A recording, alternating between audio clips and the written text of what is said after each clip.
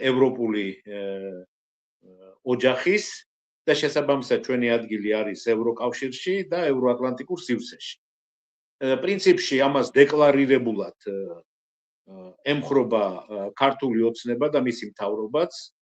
ის 78 მუხლი, რომელზეც ჩვენ ხშირად ვაკეთებ აპელირებას, იქნა მიღებული ეს კონსტიტუცია ქართული ოცნების მიერ და თავმჯდომარე ამ კომისიის იყო ბატონი ირაკლი კობახიძე. ხო, მეორე საკითხია, რა თქმა უნდა, ერთია რიტორიკა და მეორეა ქმედებები. ხო, აქ სერიოზული პრობლემები გვაქვს, რა თქმა უნდა. და არის ხალხი გარკვეული, ხო და ეს არ ვიცით სინამდვილეში რამდენია, პრინციპში ალბათ, თუ დავაკვირდებით სოციალურ გამოკითხვის შედეგებს, ეს ხალხი არის ალბათ 10-15%, რომელიც ფიქრობს, რომ რუსეთთან ურთიერთობებით ჩვენ შეგვიძლია ჩვენი, ასე ვთქვათ, ძირეული საგარეო პოლიტიკური პრობლემების გადაწყვეტა, პირველ რიგში იგულისხმება, რა თქმა უნდა, ტერიტორიულობის აღდგენა და ამასთან დაკავშირებული ყველა შესაძლო შედეგი, ხო?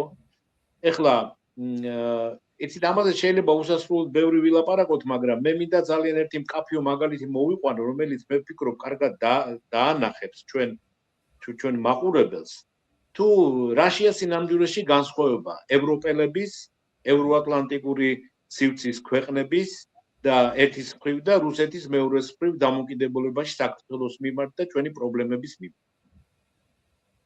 და ამ მაგალითს მოვიყვან ძალიან კონკრეტულად, იმიტომ რომ დღეს იმ პოლიტიკის შედეგად, რომელსაც დღეს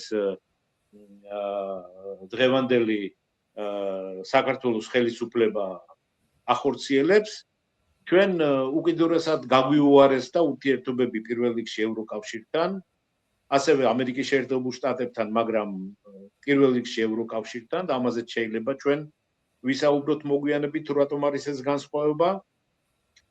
და მეორეს მხრივ რაღაც მინიშნებებია იმასთან დაკავშირებით, რომ რუსეთი ჩვენ ბოდიში უნდა მოვიხადოთ, ახალი რაღაც ურთიერთობები უნდა დავამყაროთ და ასე შემდეგ.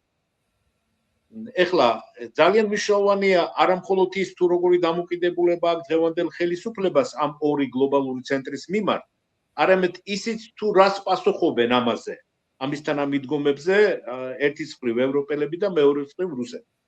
და აქ ჩვენ გვაქვს ძალიან მკაფიო სურათი, რომელიც ძალიან რთულია რომ არ დაინახო.